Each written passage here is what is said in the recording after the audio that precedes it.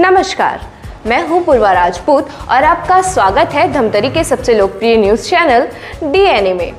आइए नजर डालते हैं धमतरी शहर से जुड़ी कुछ ताज़ा तरीन खबरों पर। धमतरी में जिला अधिवक्ता संघ द्वारा एक देश एक चुनाव विषय पर विचार संगोष्ठी का आयोजन किया गया। संगोष्ठी में प्रबुद्ध जनों ने भाग लिया। बाबू छोटेलाल श्रीवास्तव स्नातकोत्तर महाविद्यालय के सेमिनार हॉल में आयोजित हुआ। प्रबुद्ध जनों ने एक देश एक चुनाव पर भारत जैसे विशाल वर्सेटाइल देश में विधानसभा चुनाव में राष्ट्रीय मुद्दे गौण हो जाते हैं। ये भारत के लोकतंत्र के लिए ठीक नहीं है। देश में चुनाव जब एक साथ होंगे तो राष्ट्र हित को महत्व देने का माइंडसेट और नैरेटिव अपने आप देश में बनेगा। राष्ट्र सर्वोपरि की बात होगी। सिन्हा ने अध्यक्षीय उद्बोधन में बताया कि इस विषय पर संगोष्ठी रखने की आवश्यकता क्यों महसूस हुई। संचालन संघ के सचिव सौरभ मिश्रा ने किया। अतिथियों को स्मृति चिन्ह भेंट कर उनका धन्यवाद ज्ञापन संघ के सदस्य कविंद्र जैन ने किया। और विकास कार्यों पर प्रभाव पड़ता है। इसी संदर्भ में एक देश एक चुनाव की जो अवधारणा सामने आई है और इसी संबंध में हम लोग यहाँ पर उपस्थित हुए हैं। एक देश एक चुनाव का अर्थ है कि लोकसभा और समस्त राज्य विधानसभाओं की चुनाव एक साथ एक ही समय पर कराया जाए। इस व्यवस्था के अंतर्गत मतदाता को एक ही दिन पर अपने सांसद और विधायक चुनने का अवसर मिलता है। तो याद होगा कि भारत देश जब स्वतंत्र हुआ वर्ष 1947 के बाद लगभग जो 4 आम चुनाव हुआ, वर्ष 1951, उसके बाद 57, वर्ष 1965, 1967, ये सभी चुनाव एक साथ हुआ, विधानसभा और लोकसभा का।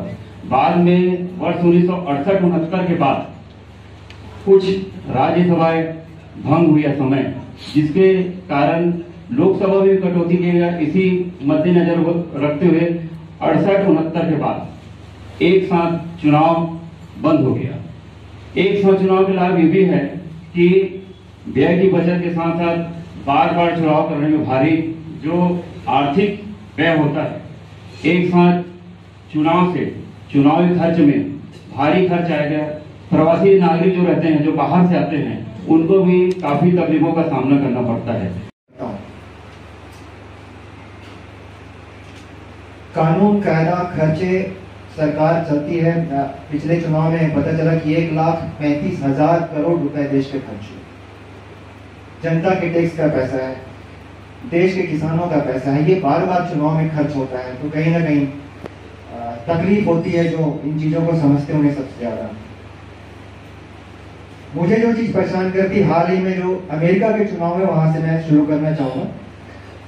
यूएसएड नाम की कोई चीज होती थी, हमको अभी अभी पता चला, जो भारत भेजी जाती थी ताकि यहाँ चुनावों को प्रभावित किया जा सके, नैरेटिव बदला जा सके या नैरेटिव बनाया जा सके, जनता के मन को एक दिशा में ले जाया जा सके और जैसी सरकार दूसरे देश के लोग चाहते हैं वैसी सरकार इस देश में बने, ना कि वैसी सरकार जो इस देश के लोग वाकई में चाहते हैं वैसी बने। माननीय गुरु विधायक बैठे हैं, उनका एक भाषण बहुत चर्चित हुआ था, लोकप्रिय हुआ था। उनका एक वाक्य खास तौर पर कि लोकतंत्र में राजा जो है वो रानी के गर्भ से नहीं बल्कि लोगों के मत से, जनता के वोट से पैदा होता है। प्रभावित करने वाला वाक्य था। लेकिन इसी वाक्य में आगे जाकर जरा सोचें तो जनता के मन को पैदा करने वाला भी कोई क्या सिस्टम काम कर रहा है? क्या इसलिए यूएसएड आता है? क्या जनता के मन को परख नली में आईवीएफ सिस्टम से पैदा किया जा रहा है? यह सवाल है। क्या देश के प्रचार तंत्र को पर्दे के पीछे से कंट्रोल करके अपनी तरह का नैरेटिव बनाकर देश के लोकसभा चुनाव जैसे परिणामों को अपने मन मुताबिक करने का भी क्या कोई साजिश, कोई षड्यंत्र चल रहा है? अगर ऐसा है, यूएसएड की बात को माने तो ऐसा है, और ऐसा है तो वन नेशन वन इलेक्शन का आना बहुत जरूरी है। क्योंकि इसके आने से जो एक इकोसिस्टम होगा, जब लोकसभा के चुनाव के साथ साथ दक्षिण के राज्यों के चुनाव होंगे, जब नॉर्थ ईस्ट के राज्यों के चुनाव होंगे, जब कश्मीर के चुनाव होंगे, जिन राज्यों की ज्यादा चर्चा होती, जो ज्यादा संकटग्रस्त राज्य माने जाते हैं, वहां अलग तरह के नैरेटिव चलते हैं। तब राष्ट्र हित के जो मुद्दे रहेंगे, जो राष्ट्रीय पार्टियां उठाकर लाएंगी, जो जनता के सामने वो विषय रखे जाएंगे, तब इस देश का मतदाता उन साजिशों से शायद उसका मन दूर रहेगा। क्योंकि भारत के विभाजन के इतिहास में भी यही चीज आप पाएंगे कि कहीं ना कहीं, जहां तक मैं जानता हूं, 1936 से ये नैरेटिव बना दिया गया था कि इस देश का एक रहना नामुमकिन है और वन नेशन नहीं टू नेशन थ्योरी लाई जाएगी। टू नेशन थ्योरी से जो देश बने आज भी उसी कॉन्सेप्ट में काम कर रहे हैं। एक का तो बंटवारा हो चुका है और सुनने में आ रहा कि और होने वाला है हमारे पश्चिमी पड़ोस में। तो ये जो वायरस है विभाजन का, वो ना कहीं व्यापक रूप में इस देश के भविष्य के लिए, जब हम सोचते हैं कि भारत 1947 तक सबसे बड़ी अर्थव्यवस्था बनेगा, जब हम 75 साल के अमृत काल की बात करते हैं और बड़े बड़े लक्ष्य इस देश को आगे बढ़ाने के लिए रखे हैं, वहां पर देश अगर विधानसभा चुनाव के स्पीड ब्रेकरों में उलझा रह जाए तो हम 1947 से आज जो यहां तक पहुंचे हैं और जो लक्ष्य हमने, जो समय हमने तय किया है, वो शायद कभी पूरा नहीं हो पाएगा। इसलिए वन नेशन वन इलेक्शन का आना बहुत जरूरी है। वन नेशन वन इलेक्शन का विचार, मैं ऐसा मानता हूं कि कोई बहुत जटिल या कॉम्प्लिकेटेड विचार नहीं, ये कोई ऐसी अद्भुत या अनोखी चीज नहीं है जिसके बारे में हम लोग ना जानते हो।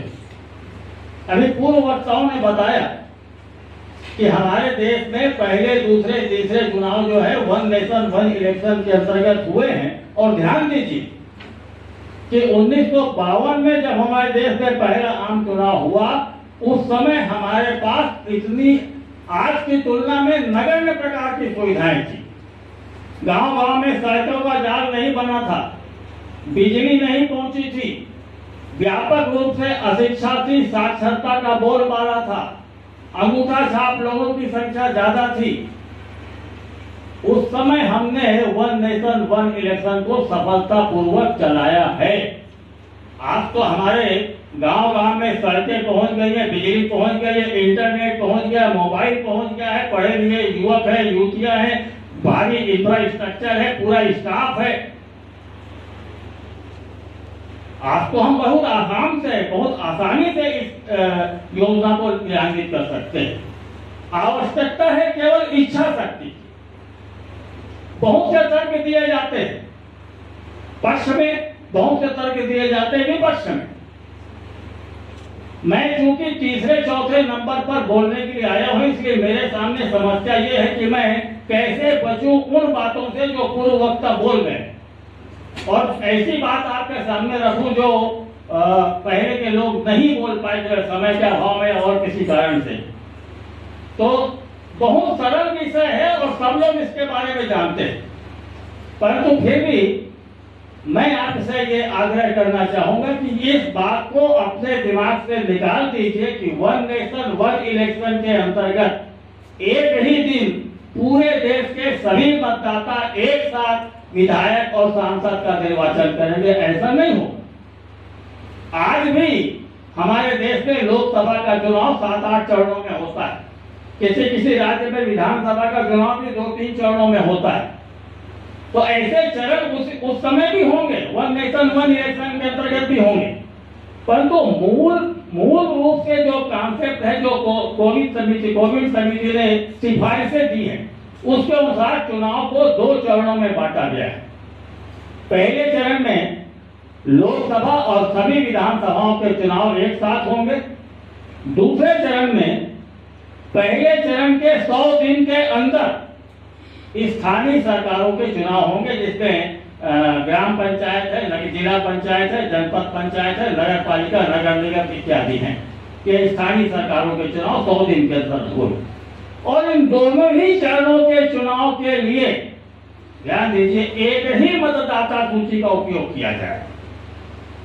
ये बड़ी विचित्र बात है हमारे देश में कि हर चुनाव के लिए नए सिरे से मतदाता सूची बनाई जाती, हर चुनाव के लिए अलग से मतदान केंद्र आवंटित किए जाते हैं। मैं स्वयं जब लोकसभा और विधानसभा के लिए वोट डालना होता तो दूसरी बिल्डिंग में जाता हूं और नगर पालिका के लिए वोट डालने के लिए किसी दूसरे मतदान केंद्र में जाता हूं।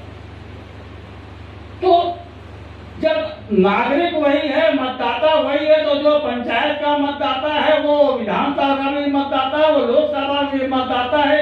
हमारे प्रधानमंत्री ने इस बात पर जोर दिया कि एक ही मतदाता सूची क्यों नहीं होनी चाहिए, और कोविड समिति ने इसकी सिफारिश की कि हर चुनाव की अलग अलग मतदाता सूची नहीं होगी। मतदाता सूची से तीनों स्तर के चुनाव का संचालन हो सकेगा। तो ये था हमारी आज की ताज़ा तरीन खबरों का सार। आप बने रहिए हमारे साथ डीएनए न्यूज़ पर। धन्यवाद।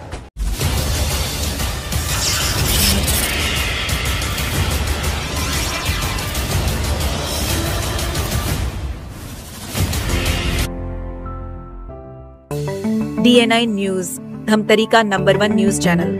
अब देखिए HD में,